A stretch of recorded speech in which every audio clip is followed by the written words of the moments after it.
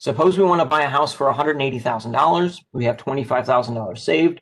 The bank will either give us a 30-year loan at 4.6% or a 15-year loan at 4.4%, and there are $4,000 in closing costs. Okay. So here's another thing that happens when you're figuring out when you're borrowing money, and this you have a similar story with a car. Typically, if you say that you're going to pay it off faster, they will give you a better interest rate. And this actually saves money twice because I'm borrowing for less time, so interest gets compounded less. And also, I'm getting a better interest rate. Okay, so let's go ahead and compare these two. So for the 30-year option, compute the monthly mortgage payment. So my down payment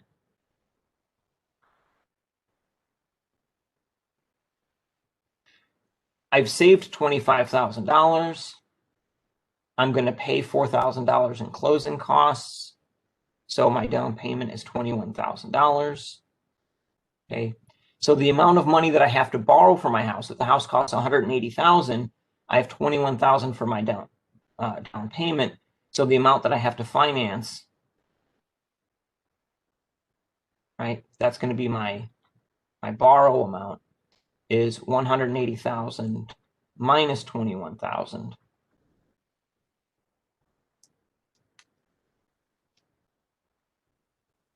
Okay, so I'm borrowing $159,000. Okay. All right, so I'm going to go ahead and just use my calculator then. The interest percent is 4.6. Okay. So let's use our finance app to compute the monthly payment. So here we have 12 times 30, 4.6% interest. We're borrowing $159,000. So our monthly payment is $815.10.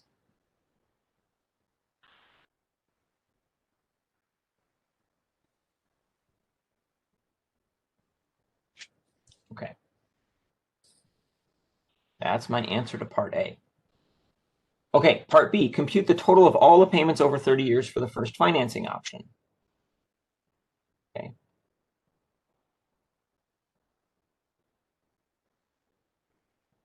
So the total payments is $815.10, 12 times a year for 30 years.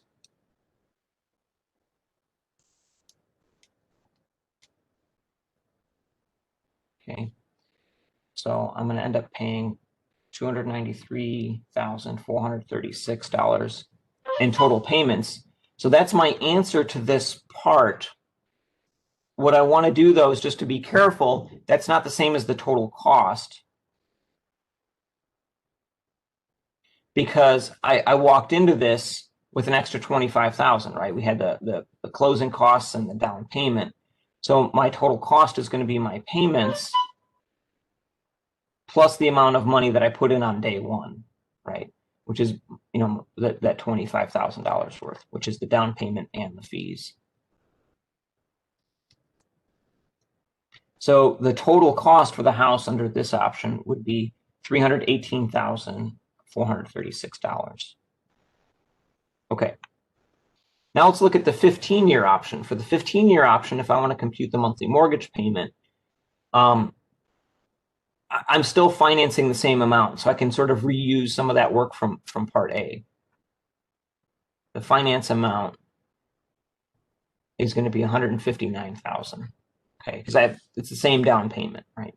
Same fees. Okay. But here my interest rate is 4.4%, and the time is only 15 years. Okay, so on my finance app, I want 12 times 15 for my total number of payments. My interest rate goes down a little bit, but the amount I'm borrowing is the same. So let's solve for our payments. and I get $1,208.23.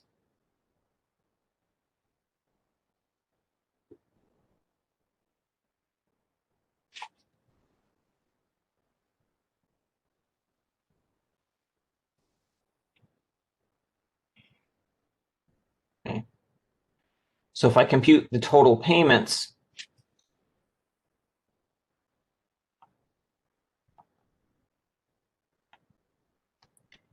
I'm going to take my $1,208.23, pay that 12 times a year for 15 years.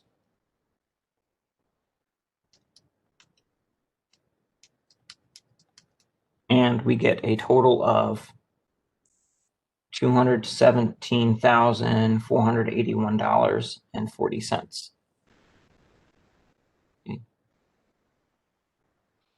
Okay. So notice you end up paying a whole lot less, right? It's not a little bit less. That's a lot less.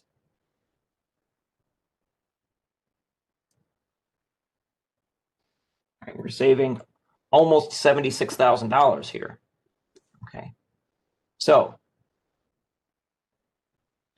under option B,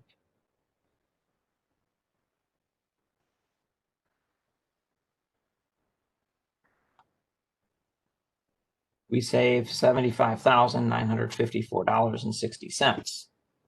Okay. So you pay a whole lot less.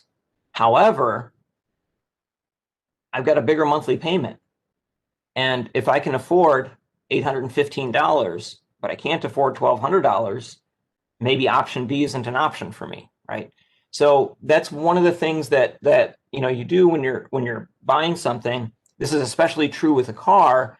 They don't ask you how much you want to pay for the car. What they like to do is say, how much can you afford per month? And they say, all right, well, if you're interested in a more expensive car, we can put you in a more expensive car by making the loan longer so you have smaller payments, right? By making the loan take more time, your payments go down, but you end up paying a lot more over time. Okay. So it's something to be aware of. The monthly payments are a little bit easier under option A.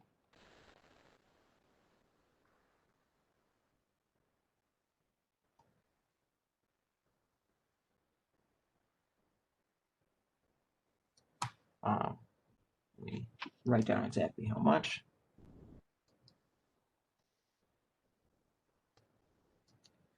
Yeah, so the monthly payments are $393.13 less.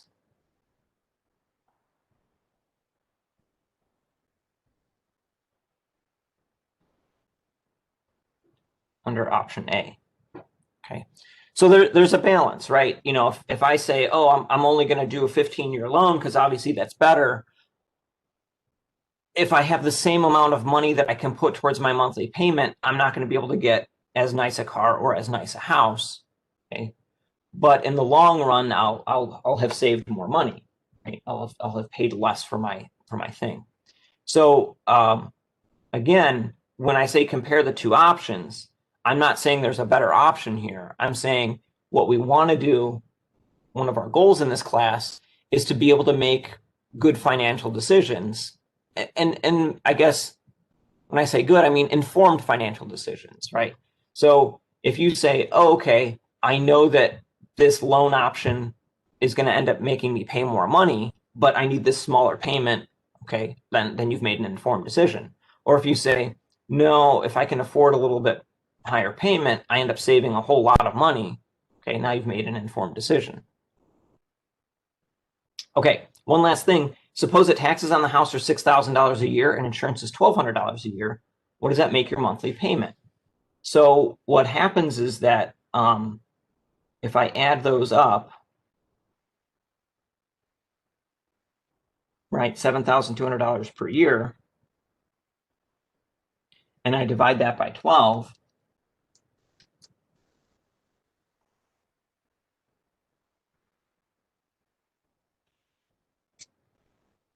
I end up with $600 per month. Okay, so what ends up happening is that the bank will say, you're going to actually pay an extra $600 a month, and we'll include that as part of your monthly payment, and that $600 goes to your escrow account. By the way, they don't give you insurance on your escrow account. You always keep money in there, and they don't pay any interest on it. You just, Okay. So if I look at option A, my mortgage payment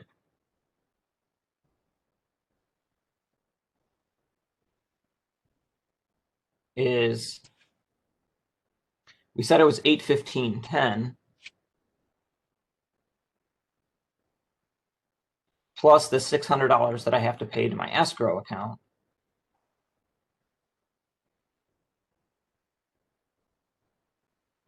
So I'm actually going to pay $1,415.10. Okay.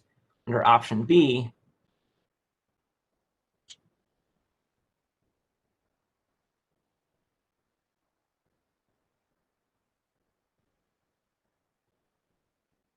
okay, we started with $1,208.23,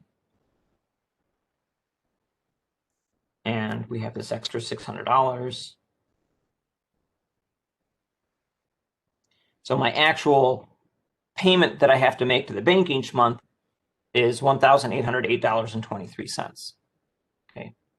So when we're comparing like cost of a house and things like that, we don't typically include things like insurance and taxes because you always pay those on a house. It doesn't matter if you own it or not, they're always there, right? You're never done paying taxes.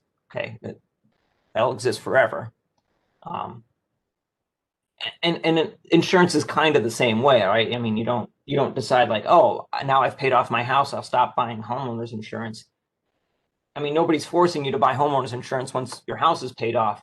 It still seems like a good idea, right? I mean, if your house burns down and you don't have insurance, then you just don't have a house anymore.